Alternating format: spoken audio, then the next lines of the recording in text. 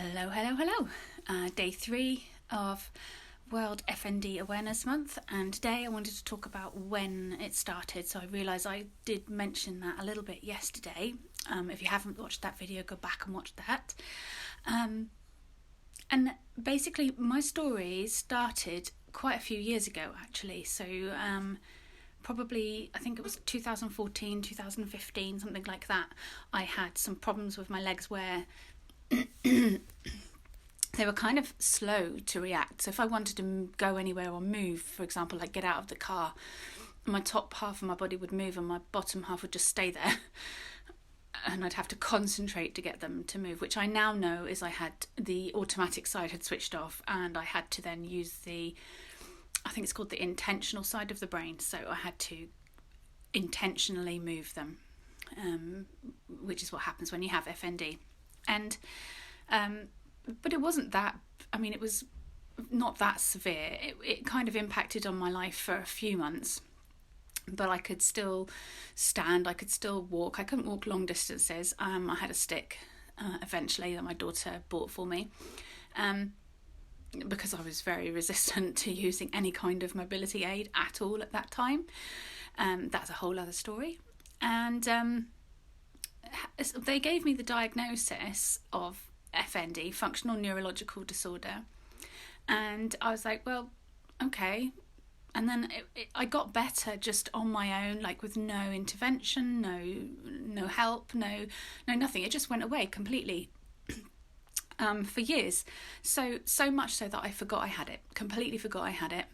It wasn't till I was in my the job I had before this happened in May last year, when I was dealing with a customer, and that person disclosed that they had FND, and it just triggered a memory in my head. It's like, oh yeah, I'm supposed to have that, aren't I? I didn't even remember what it was. I had to Google it. That's how insignificant it was at that time. And then when I collapsed in May at work last year, I went into the emergency room at A&E and they did an MRI which came back clear, and it was at that point that they said, oh yeah, but you've previously been diagnosed with FND, or functional neurological disorder. And I was just like, oh yeah, I guess so. Actually, in the emergency room they called it conversion disorder, which I don't particularly like. Functional neurological disorder, FND, has been called many things over the years, including, back in the day, hysteria. So don't get me started on that, but it's a very misunderstood condition. So she said conversion disorder, which threw me completely, because I was like, I wasn't told I had a conversion disorder. I don't even know what that is. And then she said, oh yes, functional neurological disorder. And I was like, well, yeah, I guess so. But this is nothing like it. So my symptoms in end of May last year were absolutely nothing. It was like,